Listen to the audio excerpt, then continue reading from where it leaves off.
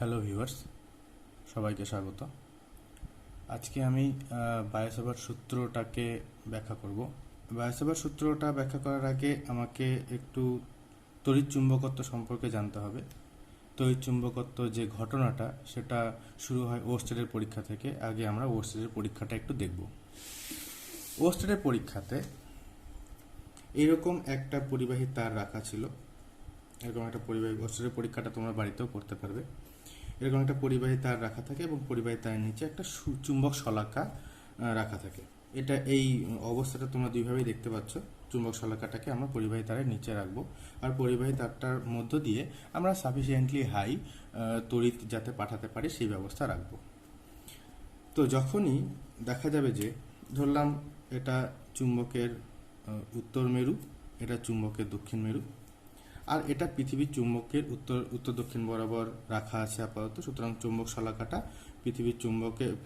পৃথিবীর উত্তর এবং দক্ষিণ মেরু দেখাবে, দক্ষিণ দিকটাই দেখাবে, এবং তারটাকে এভাবে রাখা আছে তোমরা দেখতে পাচ্ছ। তো যখনই দেখা যায় যে তার বরাবর যখনই আমরা কারেন্ট দিই, সাপোজ আমি একটা কারেন্ট দিলাম আই, যখনই আমি তার বরাবর একটা প্রবাহ দিই, তার বরাবর প্রবাহ দেওয়ার সঙ্গে সঙ্গে চুম্বকের উত্তর মেরুটা ওদিকে ঘুরে যায়। তার মানে এটা কি, এই চুম্বক মেরুটা সঙ্গে সঙ্গে এদিকে ঘুরে যায়, যদি আর দক্ষিণ মেরুটা এদিকে ঘুরে যায়। আর যদি দেখা যায় যে কারেন্টের দিক এদিকে না হয়ে যদি কারেন্টের দিক উল্টো দিকে হয়, তাহলে উত্তর মেরু এবং দক্ষিণ মেরুর দিকটাও উল্টো দিকে ঘুরবে, সবসময় উল্টো দিকে ঘুরবে। এখন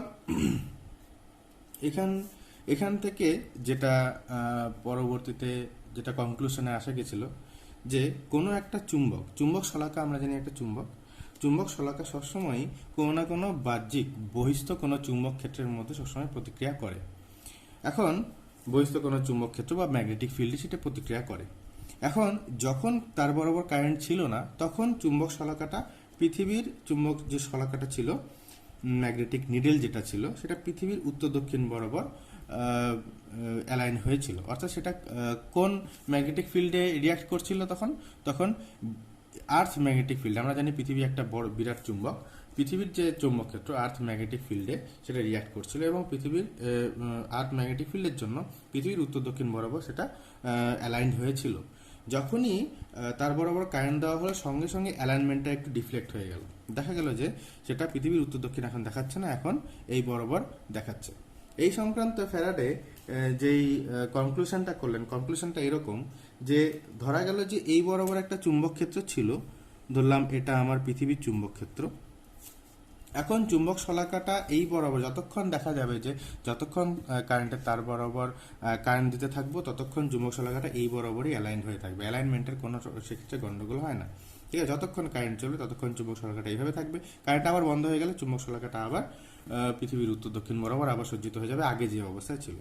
ফ্যারাডে এর একটা কনক্লুশন বের করলেন এরকম যে অ্যাকচুয়ালি পৃথিবীর চৌম্বক ক্ষেত্র যদি আমি বি নট ধরি, সাপোজ আমি পৃথিবীর চৌম্বক ক্ষেত্রে এই বরাবর বি নট ধরলাম, আর এই চুম্বক শলাকাটা প্রথমে এই বিনট বরাবরই প্রতিক্রিয়া করছিল। যখনই তার বরাবর আমরা একটা কারেন্ট দিলাম, সেই কারেন্টের জন্য একটা চুম্বক ক্ষেত্র এই দিকে তৈরি হয়েছে। সাপোজ চুম্বক ক্ষেত্রটা কত সেই বরাবর সেই কথায় আমরা আসছি না, চুম্বক ক্ষেত্রটা এই বরাবর তৈরি হয়েছে। এই চুম্বক ক্ষেত্রটা এই বরাবর তৈরি হওয়ার জন্য আমরা যদি এই ভেক্টর বি নট ভেক্টর আর বি ভেক্টরকে নিয়ে যদি একটা সামান্তরিক কল্পনা করি, তাহলে ভেক্টরের যে অ্যাডিশন ল অফ ভেক্টর থেকে আমরা বুঝতে পারি যে এই দুটো ভেক্টর মিলে যে লব্ধি ভেক্টরটা কোন দিকে হবে, ডায়াগোনাল বরাবর হবে এই রেক্ট্যাঙ্গেলটার। তো এই ডায়াগোনাল বরাবর একটা নতুন চৌম্বক ক্ষেত্র তৈরি হচ্ছে, সাপোজ বি ড্যাশ। আর যখন এই নতুন চৌম্বক ক্ষেত্র লব্ধি একটা চৌম্বক ক্ষেত্র তৈরি হচ্ছে, তখন চৌম্বক শলাকাটা এই লব্ধি বরাবর অ্যালাইন্ড হয়ে আছে। তাহলে এই চুম্বক ক্ষেত্রটা কার জন্য তৈরি হচ্ছে? তড়িৎ প্রবাহের জন্য, কারণ তড়িৎ প্রবাহ দেওয়ার আগে এই চুম্বক ক্ষেত্রটা ছিল না, তার জন্য চুম্বক শলাকাটা শুধুমাত্র এই দিকটাই দেখাচ্ছিল। তার মানে চুম্বক শলাকাটার দিকটা প্রথমে এই দিকটা দেখাচ্ছিল। যখনই এই বরাবর চুম্বক ক্ষেত্র অ্যাপ্লাই হয়ে গেল, তখন এই দুটো চুম্বক ক্ষেত্র মিলে এই বরাবর একটা লব্ধি চুম্বক ক্ষেত্র তৈরি করলো, তখন চুম্বক শলাকাটা এই বরাবর অ্যালাইনমেন্ট দেখাচ্ছে। অর্থাৎ অনুভূমিক ধরলাম সেই আগের দিকের সঙ্গে কোনো একটা অ্যাঙ্গেল থিটা কোণে ঘুরে গেছে। বুঝা গেল ব্যাপারটা? তো এখানে আমরা ভেক্টর ল যদি অ্যাপ্লাই করি তাহলে এখান থেকে আমরা tan theta is equal to কত পাচ্ছি, tan theta is equal to height by base. এখানে হাইট কতটা আসছে, এতটুকু, এতটুকু মানে এতটুকু, অর্থাৎ বি এর মান মড অফ বি, আর বেসটা কত হচ্ছে বি নট এর মান, অর্থাৎ মড অফ বি নট।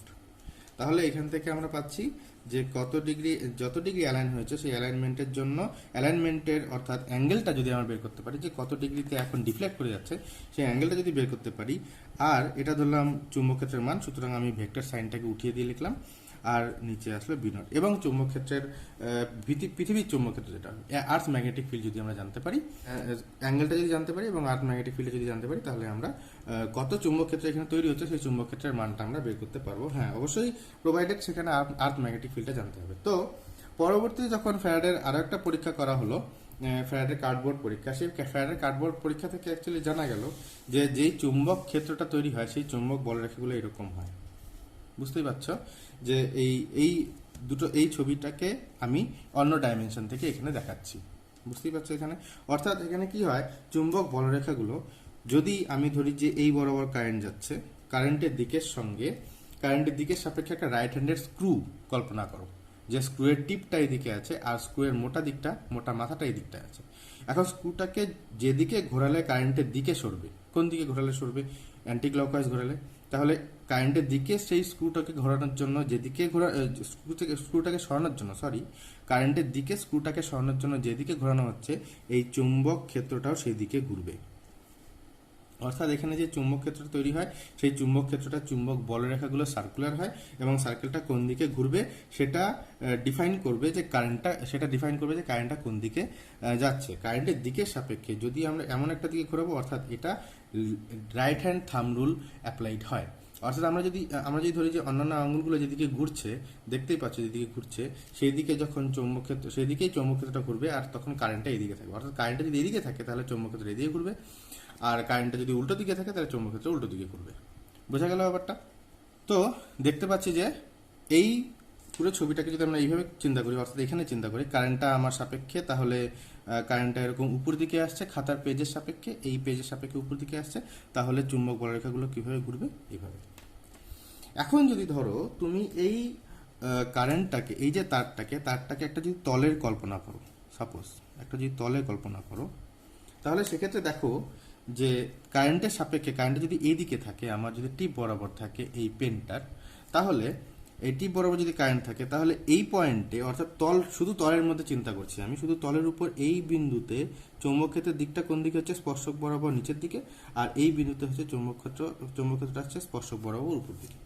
অর্থাৎ এই ছবিটাকে যদি আমরা একটু ইলাবোরেট করে এখানে চিন্তা করি, অর্থাৎ এই একটা তল কল্পনা করছি যেই তলের উপরে কারেন্টটা আছে, কারেন্টটাকে আমি পজিটিভ ওয়াই অক্ষ বরাবর ধরলাম, আর এই তল বরাবর আমি পজিটিভ এক্স অক্ষ ধরলাম।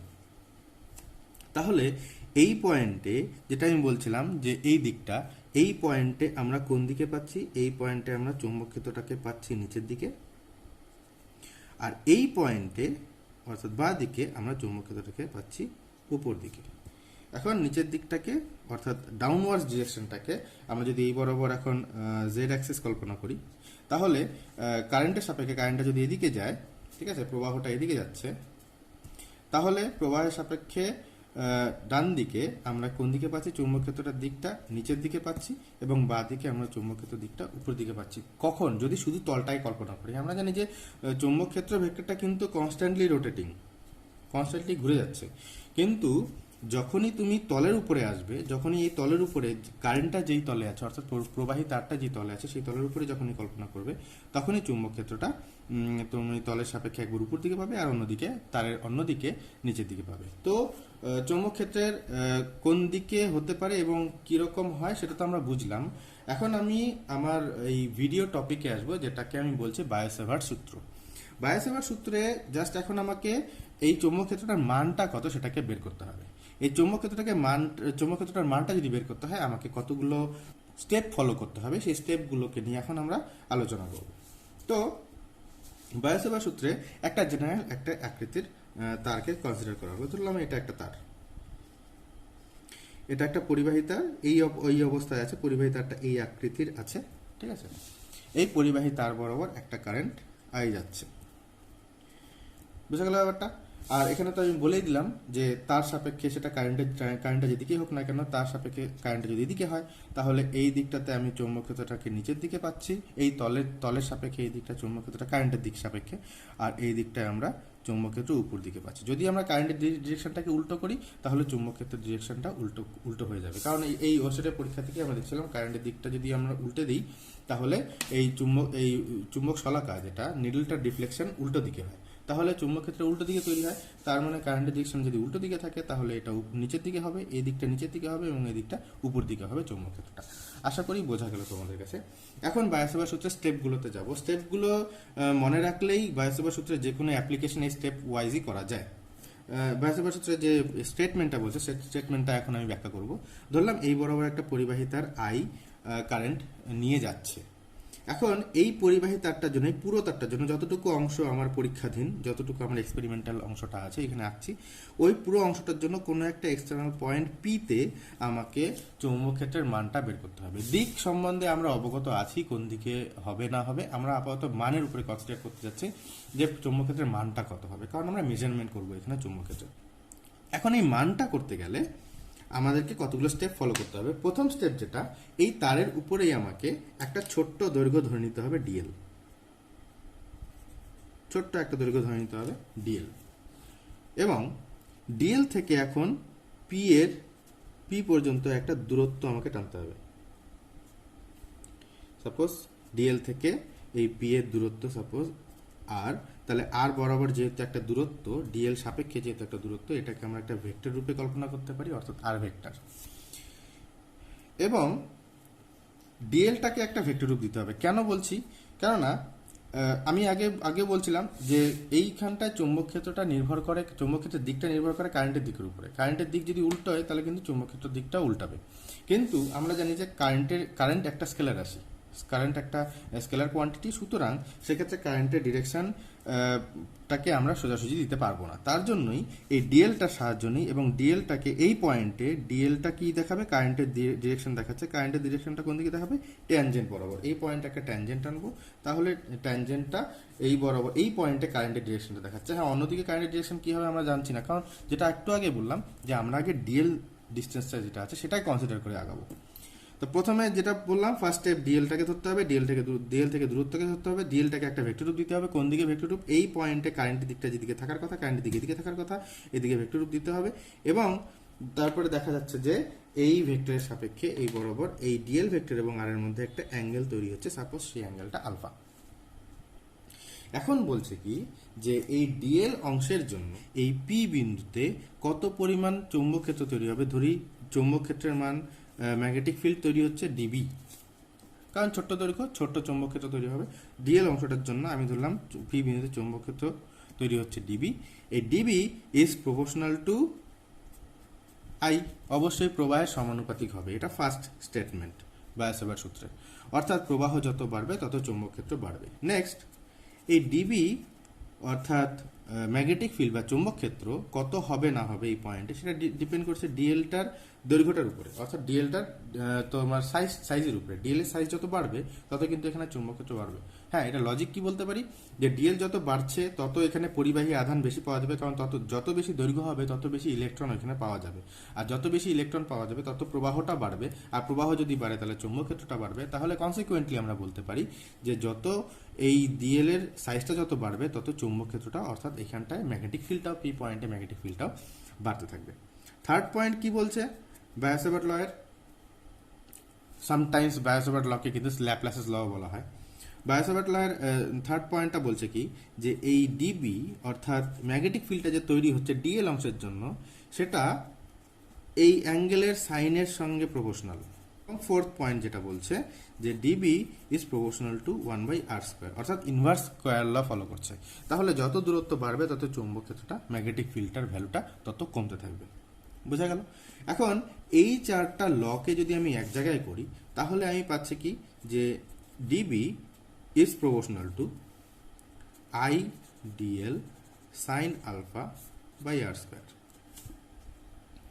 তো অবশ্যই প্রপোর্শনালিটি রিলেশনশিপকে যদি আমি ইকুয়েশনে কনভার্ট করতে চাই, তাহলে আমাকে অবশ্যই একটা প্রপোর্শনালিটি কনস্ট্যান্টে আসতে হয়।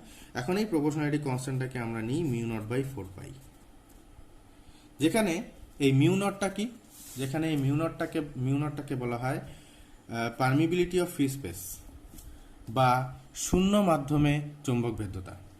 এটার মানটা মোটামুটি আসে 4 pi into 10⁻⁻7 henry per metre. Henry কিসের ইউনিট সেটা আমি এখনো বলছি না, সেটা আমি পরে জানাবো। তো অর্থাৎ এর একটা ফিক্সড ভ্যালু থাকে into I DL sine alpha by R square.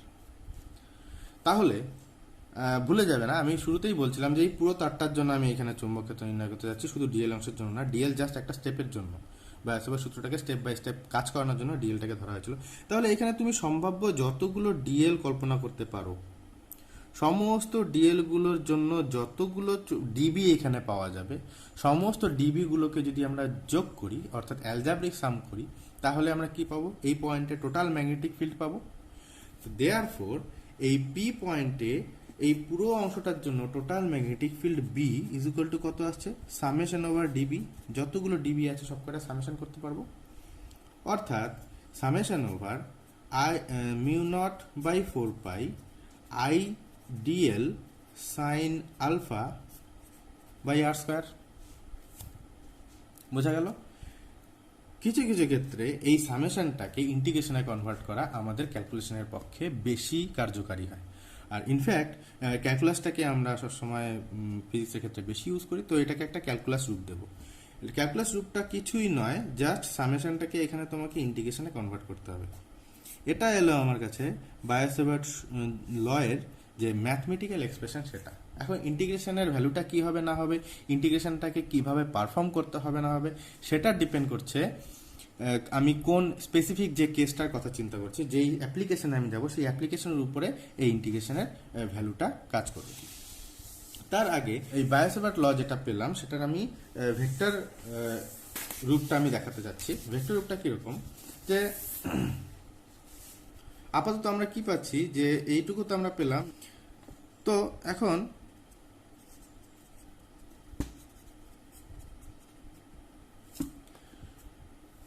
Sine alpha R DL, আমরা ডিএলটাকে ভেক্টর রূপ নিয়েছিলাম। ডিএল আমরা বলেছিলাম যে ডিএল একটা ভেক্টর। এখন ডিএল এর সঙ্গে কোনো না কোনো একটা ভেক্টরের ক্রস গুণফল হচ্ছে, অর্থাৎ ক্রস প্রোডাক্ট হচ্ছে, যার জন্য কিন্তু সাইন আসছে। কারণ আমরা জানি ক্রস প্রোডাক্টের ফলে সাইন হয়, সাইন আসে। আমি একটা এক্সাম্পল দিতে পারি যে A cross B is equal to A এর মড ইন্টু বি এর mod into sine alpha into N cap. N cap কোন দিকটা দেখায়? যেটা আমি বলছিলাম যে আমরা যদি এই বরাবর একটা তল কল্পনা করলাম, এই বরাবর এরকম দুটো ভেক্টর আছে, এটা এ ভেক্টর, এটা বি ভেক্টর।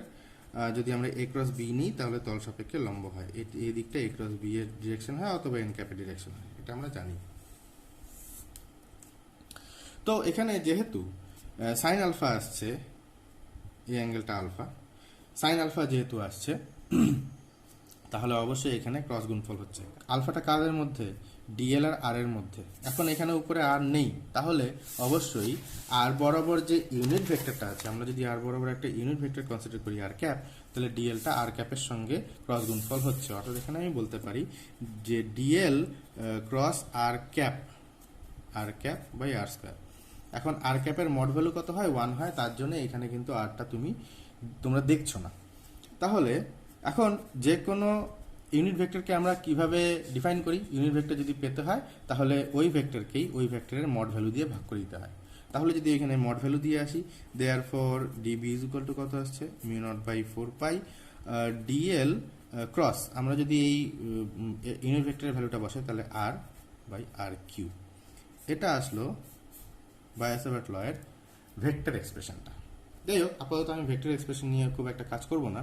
আমি যেটা বলছিলাম যে এখানে এই ইন্টিগ্রেশনটার গল্পটা কী দাঁড়াবে, অর্থাৎ ইন্টিগ্রেশনটার ভ্যালুটা কত হবে, সেটা একটা পার্টিকুলার, যে কোনো পার্টিকুলার তোমার অ্যাপ্লিকেশনের ক্ষেত্রে বিভিন্ন হবে। স্ট্রেট ওয়্যার, অর্থাৎ আমরা তারটাকে সোজা নিচ্ছিলাম, আমরা এখানেও আপাতত সোজা তার, অর্থাৎ একটা স্ট্রেট ওয়্যার, একটা রিজু তারের জন্য আমরা এক্সটার্নাল কোনো একটা পয়েন্টে আমরা ম্যাগনেটিক ফিল্ডটাকে এখন ক্যালকুলেট করব। তো আমরা ধরলাম এই একটা পয়েন্ট পিতে আমরা ম্যাগনেটিক ফিল্ডটাকে ক্যালকুলেট করতে চাচ্ছি। তো এখন পি থেকে একটা পারপেন্ডিকুলার ডিস্টেন্স টানা যাবে। তো পি থেকে আমরা ধরলাম একটা পারপেন্ডিকুলার ডিস্টেন্স এটা, এই পারপেন্ডিকুলার ডিস্টেন্সের ভ্যালুটা আমরা দিচ্ছি সাপোজ এক্স।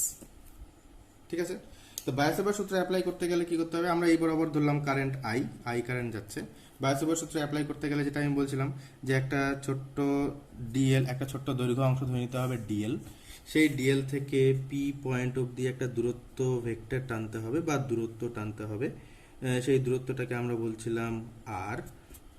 এবং তাহলে এই ডিএল যদি আমরা ভেক্টর রূপ দিই তাহলে ডিএল ভেক্টরের দিকটা কোন দিকে হবে, ওই পয়েন্টে কারেন্টের দিক বরাবরই হবে। যেহেতু আমি স্ট্রেট ওয়্যার নিচ্ছি তাহলে কারেন্টের ডিরেকশন এখানে চেঞ্জ করছে না।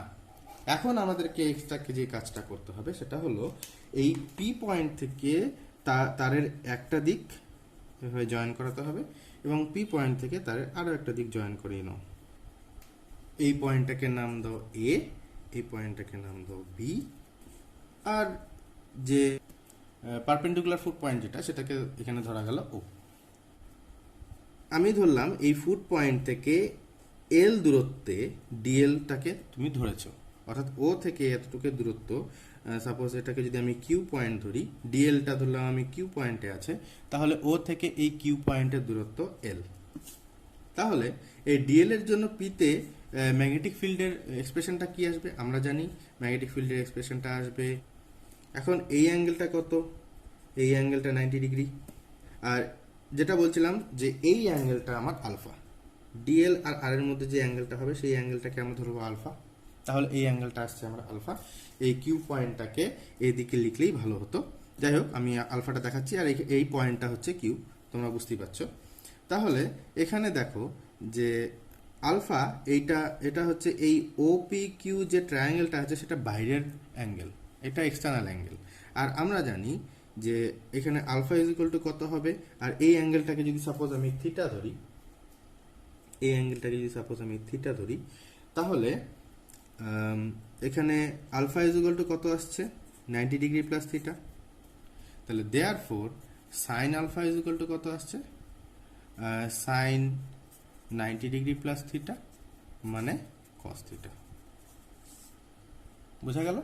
তাহলে সাইন আলফা ভ্যালুটা আসছে এখানে কস থিটা। এরপর আমরা এখানটায় এল বাই এক্স কত, ট্যান থিটা। এখন তুমি যত ডিএল, এখানে যতগুলো ডিএল তুমি ধরতে পারো, এখানে যতগুলো ডিএল তুমি ধরতে পারছো, প্রত্যেকটা ডিএল বরাবর তুমি এখন হাঁটা শুরু করো। একটা ডিএল থেকে আরেকটা ডিএল, আরেকটা ডিএল থেকে আরেকটা ডিএল যত যাবে তত আর আর থিটাটা চেঞ্জ করতে থাকবে। বুঝতে পারছো? আর এর ভ্যালুটা চেঞ্জ করতে থাকবে, থিটার ভ্যালুটা চেঞ্জ করতে থাকবে। আর এর মিনিমাম ভ্যালু কত, এক্স, যেটাকে আমি বলছিলাম পারপেন্ডিকুলার ডিস্টেন্স, সেটা একটা কনস্ট্যান্ট, কিন্তু এখানে কিন্তু এক্স কনস্ট্যান্ট। তাহলে এখানে যদি আমরা এল এর ডেরিভেটিভ করি, এল এর ডেরিভেটিভটা কার সাপেক্ষে হবে, এল এর ডেরিভেটিভ করলে আমরা ডিএল পাবো। তাহলে এল এর ডেরিভেটিভটা কার সাপেক্ষে হবে, অবশ্যই থিটার সাপেক্ষে হবে, কারণ যখন ডিএল চেঞ্জ করছে, ডিএল থেকে ডিএল যখন আমি চেঞ্জ করি, ডিএল এর যখন পজিশন চেঞ্জ করছে তখনই কিন্তু থিটা পজিশন চেঞ্জ করছে। তাহলে এখান থেকে আমরা লিখতে পারি L is equal to X tan theta. তাহলে DL by D theta is equal to X tan theta, derivative করলে আসে সেক্স স্কয়ার থিটা। তাহলে ডিএল ইজ ইকুয়াল টু আসছে X sec square theta D theta. তাহলে DL এর ভ্যালুটা এখানে পাওয়া গেল। এবং এখানে X by R is equal to কত আসছে, কস থিটা। তাহলে এখানটায় আর ইজ ইকুয়াল টু আসলো X by cos theta equals to X sec theta. এই যতগুলো ভ্যালু পাওয়া গেল, আর এর ভ্যালু, ডিএল এর ভ্যালু এবং সাইন আলফার ভ্যালু, সব কয়টা ভ্যালু এই এক্সপ্রেশনের মধ্যে যদি আমরা প্লট করি তাহলে দেখা যাচ্ছে কি, এক্সপ্রেশনটা ছিল DB is equal to I DL sine alpha by R square. এখন মিউ নট বাই 4 পাই অবশ্যই থাকবে, আই এর জায়গায় আছে, ডিএলটাকে আমরা পাচ্ছি কত, X sec square theta D theta, into sine আলফার মানটা পাচ্ছি আমরা cos theta, divided by R square, R এর ভ্যালুটা কত পাচ্ছি, এক্স সেক থিটা। তাহলে X square sec square theta, যেহেতু আর স্কোয়ার আসছে, তাহলে কি কি এখানে ক্যান্সেল হচ্ছে, সেক স্কোয়ার থিটা ক্যান্সেল হচ্ছে, এক্স এবং এক্স ক্যান্সেল হচ্ছে। তাহলে এখানটায় ডিবি ইকুয়ালস টু কত পাচ্ছি, mu naught I by 4 pi into cos theta D theta by X. তাহলে শেষমেশ আমরা এটা পেলাম।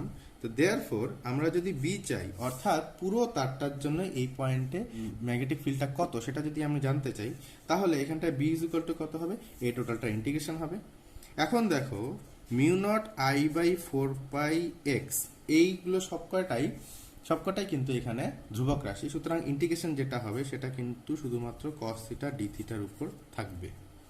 আর এখানে লক্ষ্য করো ইন্টিগ্রেশনটা কিন্তু থিটার উপরে পড়লো, তার মানে থিটার একটা আমি যদি এই ফুট প্রিন্টার থেকে হিসাব করি, আমরা যদি এই ফুট পয়েন্টার থেকে এদিকে ডিএল গুলো ধরি, এদিকে ডিএল গুলো ধরি, তাহলে যখন এদিক থেকে আমরা এদিকে আসবো তখন অ্যাঙ্গেলটা এইভাবে চেঞ্জ করবে, আর এই দিক থেকে যখন এদিকে যাওয়া শুরু করবে তখন অ্যাঙ্গেলটা এই দিকে চেঞ্জ করবে।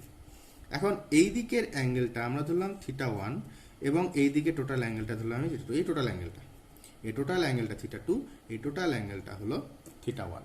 তাহলে থিটার চেঞ্জ কত থেকে কতর মধ্যে হচ্ছে, যেহেতু আমরা এখানটা ইন্টিগ্রেশন করছি, ইন্টিগ্রেশনে আমাকে লিমিট প্লট করতে হবে অবশ্যই এখানটায়। তাহলে এখানে থিটার লিমিটটা কত হচ্ছে, থিটা 1 থেকে থিটা 2। আরেকটু স্পেসিফিক্যালি বলি যে এখানে থিটা 1 যেটা, দেখো থিটা 1টা কিন্তু অ্যান্টি ক্লকওয়াইজ ঘুরছে। অ্যাঙ্গেল যদি অ্যান্টি ক্লকওয়াইজ হয় তাহলে সেই অ্যাঙ্গেলটা পজিটিভ হয়। আর দেখো এখানটায় থিটা 2টা ক্লকওয়াইজ ঘুরছে, তাহলে অ্যাঙ্গেল যদি ক্লকওয়াইজ হয়, আমরা ট্রিগোনোমেট্রির নিয়ম অনুসারে যেমন জানি সেটা হচ্ছে মাইনাস হয়। তাহলে এখানে ইন্টিগ্রেশনের লিমিটটা কত হলো, অর্থাৎ থিটার যখন বি পয়েন্ট থেকে হিসাব করবো এ পয়েন্ট অবধি, তখন থিটার মিনিমাম ভ্যালুটা কত হচ্ছে থিটা 1, অর্থাৎ ইন্টিগ্রেশনের লিমিটটা কত আসছে থিটা 1 থেকে টোটাল মাইনাস থিটা, পুরো তারটাকে আমরা কনসিডার করছি। এখানে যখন থাকছি তখন থিটা 1 আস্তে আস্তে আস্তে আস্তে 0, তারপর ওইদিকে আস্তে আস্তে আস্তে আস্তে থিটা 2। বুঝা গেল ব্যাপারটা? তাহলে কোন একটা মুহূর্তে আর যদি এই সমস্ত জায়গায় থাকে তাহলে থিটা এখানে থাকছে, তা থিটার লিমিটটা কত হচ্ছে থিটা 1 থেকে থিটা 2, এর বেশি তো থিটা চেঞ্জ করবে না, কারণ ওইটুকুর মধ্যেই কিন্তু তারের পুরো দৈর্ঘ্যটা আমরা পেয়ে যাচ্ছি। বোঝা গেল ব্যাপারটা? আশা করি ক্লিয়ার হয়েছে ব্যাপারটা। তাহলে এখানে যদি আমরা ইন্টিগ্রেশন আমরা পারফর্ম করি, mu naught I by 4 pi X, যেটা একটা ধ্রুবক, যেটা আমি আগেও বলছিলাম যে কস থিটা ইন্টিগ্রেশন করলে আসে সাইন, আর সাইন থিটা, আর সাইন থিটা যখন আমি এখানে লিমিট বসাবো তখন আসবে sine minus theta 2 minus sine theta 1।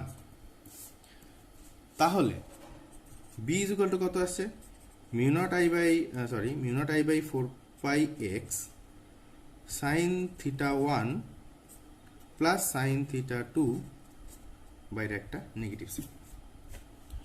এই নেগেটিভ সাইনটাকে নিয়ে খুব একটা চিন্তার বিষয় নেই।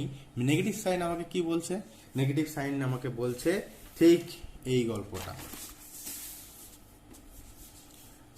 আমি এখানে বলছিলাম যে নেগেটিভ সাইন এখানে বলছে কেন, কারণ এই হচ্ছে তোমার স্ট্রেট ওয়্যারটা, তুমি যদি এখানে কনসিডার করো এটা তোমার কাছে স্ট্রেট ওয়্যারটা, তাহলে এই স্ট্রেট ওয়্যারটাকে যদি তোমরা এই তলের উপর কল্পনা করো তাহলে গল্পটা এরকম আসছে।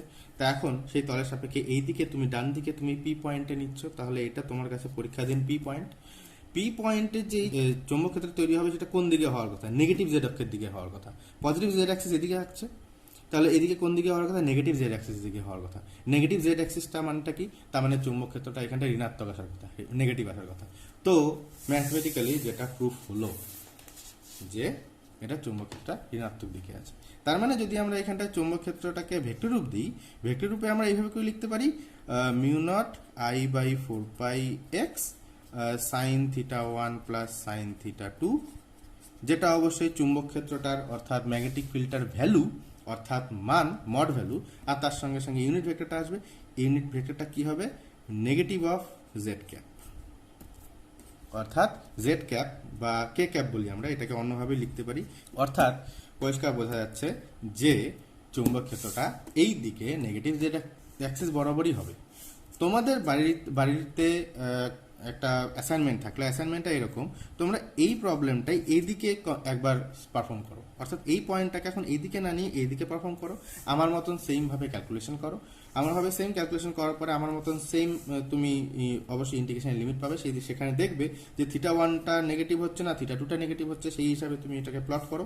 এখানে তুমি ম্যাগনেটিক ফিল্ডটাকে ড্রাইভ করো, দেখবে যে এখানটায় এই নেগেটিভ সাইনটা আসবে না। তার মানেটা কি, তার মানেটা হলো সেটা পজিটিভ জেড অ্যাক্সিস বরাবরই থাকবে, যেটা আমি প্রথমেও এই ছবিতে আমি ক্লিয়ার করেছিলাম। বোঝা গেল? সেটা তোমাদের কাছে অ্যাসাইনমেন্ট থাকলো, সেটা তোমরা নিজের হাতে করবে একবার, তাহলে তোমাদের প্র্যাকটিসও হবে। তো অর্থাৎ সোজা কথায় বলতে গেলে যে কোনো একটা স্ট্রেট ওয়্যারের জন্য কোনো একটা এক্সটার্নাল পয়েন্টে আমি ম্যাগনেটিক ফিল্ডের ভ্যালুটা কত পাচ্ছি, বোঝা গেল ব্যাপারটা? তো এখন এটাকে আমরা কোথায় কোথায় অ্যাপ্লাই করি, আমরা একটু অ্যাপ্লিকেশনটা দেখি আবার।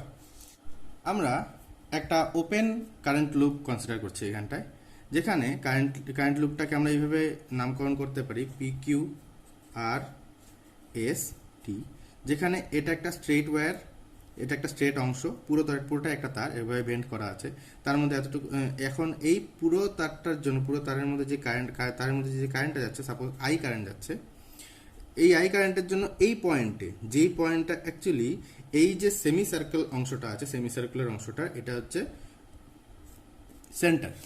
এই সেন্টারে আমাকে ম্যাগনেটিক ফিল্ডটাকে বের করতে হবে।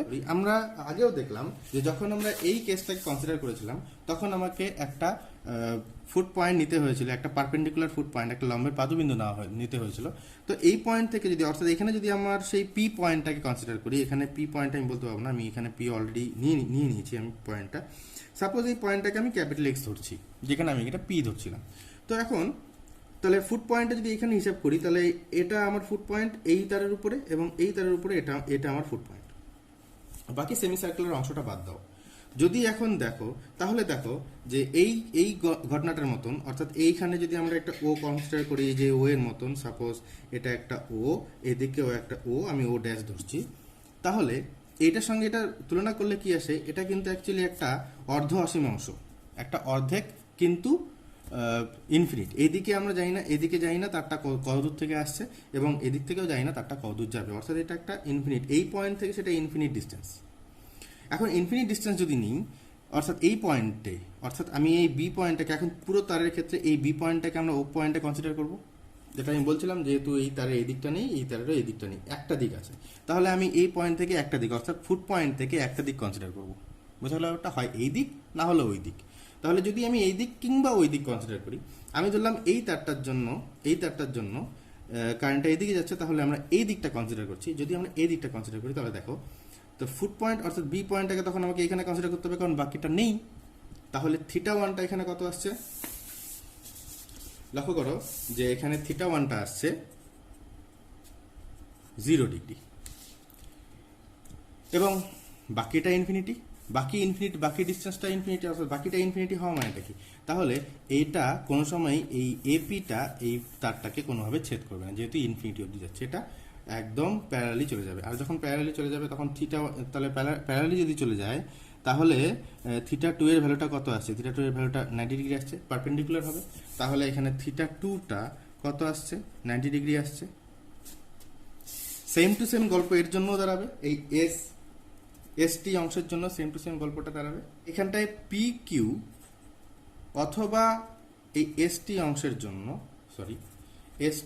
জন্য এখানে চৌম্বক ক্ষেত্রটা কত হচ্ছে, ম্যাগনেটিক ফিল্ডটা কত হচ্ছে, আমি যদি সেটাকে বি ধরি, সেটা হচ্ছে mu naught I by 4 pi X, এই ডিস্টেন্সটাকে আমি এক্স ধরলাম। এ এক্স হচ্ছে অ্যাকচুয়ালি এই সেমি সার্কুলার অংশটার রেডিয়াস।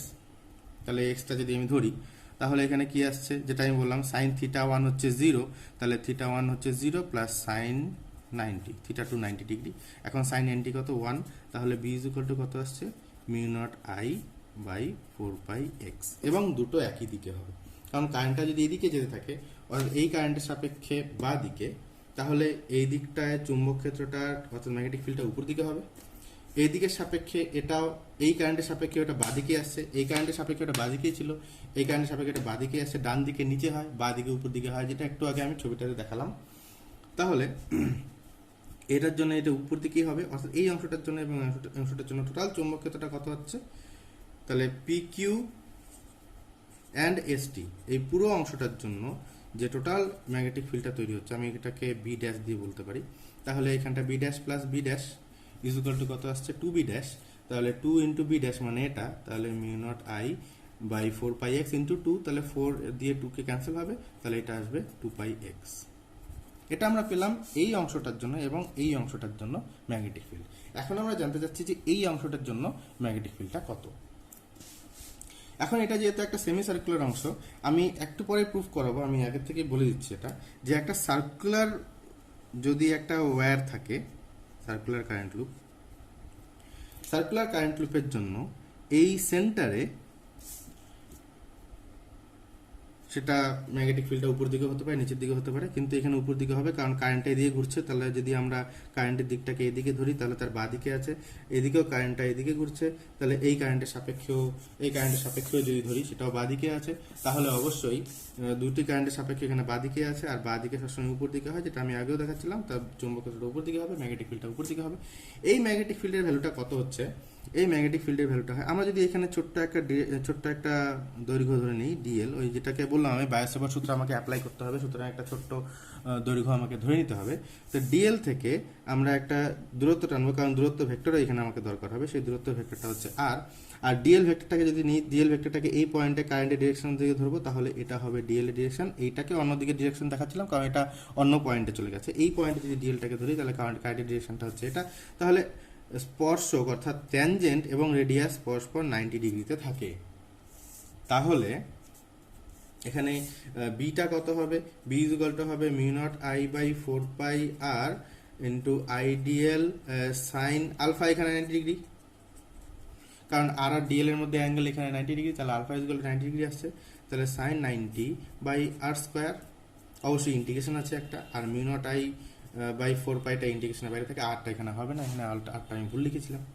তাহলে এখানে দেখা যাচ্ছে যে আর স্কোয়ারটাকে আমি বাইরেই আনি আপাতত, এই আইটাকে আমি বাইরে অলরেডি নিয়েছি, দুবার লেখার কোনো কারণ নেই। তাহলে mu naught I by 4 pi R square sine 91 integration আসছে ডিএল। এখন এখানে যতগুলো ডিএল তুমি এই সার্কামফারেন্সের উপরে তুমি কল্পনা করছো, যতগুলো ডিএল কল্পনা করো, সব করে ডিএলকে যদি তুমি যোগ করো, অর্থাৎ সামেশন করছো, এখানটা আমি একটু আগেই যেটা বলছিলাম, তো সামেশন করলে তুমি এটা সার্কামফারেন্সটাই পাচ্ছ। তাহলে এখানে কি পাচ্ছ? Mu naught I by 4 pi R square into 2 pi R, অর্থাৎ এখানে ম্যাগনেটিক ফিল্ডটা সেন্টারে যেটা ম্যাগনেটিক ফিল্ড পাচ্ছ, ম্যাগনেটিক ফিল্ডটা পাচ্ছ মিউ নট আই বাই 2 আর। বোঝা গেল? এটা হচ্ছে কমপ্লিট একটা সার্কুলার লুপের জন্য। এখানে সেমি সার্কুলার লুপ আছে, অর্থাৎ এখানটায় এই সেমি সার্কুলার অংশের জন্য, অর্থাৎ কিউ আর এস অংশের জন্য যেই ম্যাগনেটিক ফিল্ডটা তুমি পাবে, সাপোজ ম্যাগনেটিক ফিল্ডটাকে আমি B1 বলছি, সেই ম্যাগনেটিক ফিল্ডটা কত হবে? Mu naught I by 2 R whole সার্কেলের জন্য, আর এটা সেমি সার্কেল মানে তার অর্ধেক হবে। বুঝা গেল ব্যাপারটা? তাহলে এটা আসছে mu naught I by 4 R. Therefore, আর এটাও আমি যদি এই বরাবর আমি একটা ট্যানজেন্ট কল্পনা করি, সাপোজ এই ট্যানজেন্টের সাপেক্ষেও এটা কিন্তু দেখতেই পাচ্ছ, এই ট্যানজেন্টের সাপেক্ষেও কিন্তু আমি যদি এইভাবে করে ধরি, আমি ট্যানজেন্টের সাপেক্ষে কিন্তু বাঁ দিকেই আছে এটা। তাহলে এখানে কিন্তু চুম্বক ক্ষেত্রটা অর্থাৎ ম্যাগনেটিক ফিল্ডটা উপর দিকেই হবে।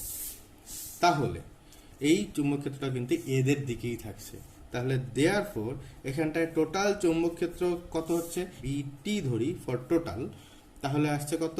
এখানে মিউ নট আই বাই 4 আর, যেটা এই সেমি সার্কুলার অংশের জন্য, এবং বাকি এই স্ট্রেট ওয়্যার অংশের জন্য সেটা হচ্ছে এটা, আর সবকটা একই দিকে থাকছে, তাহলে mu naught I by 2 pi X. ও অবশ্যই এটা এক্স হবে, এটা আর হবে না, কারণ এখানে আমি রেডিয়াসটাকে আর ধরছিলাম, এখানে আমি রেডিয়াসটাকে এক্স ধরছি।